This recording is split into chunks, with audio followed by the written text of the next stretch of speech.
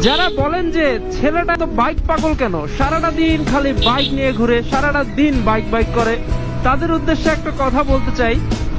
ছেলেরা বাইকটাকে এত বেশি ভালোবাসার কারণ কি জানেন? তার কারণ হচ্ছে বাইকটা একটা ছেলের শরীরে আঘাত করতে পারে, কিন্তু একটা ছেলের মনে অন্তত আঘাত করে না।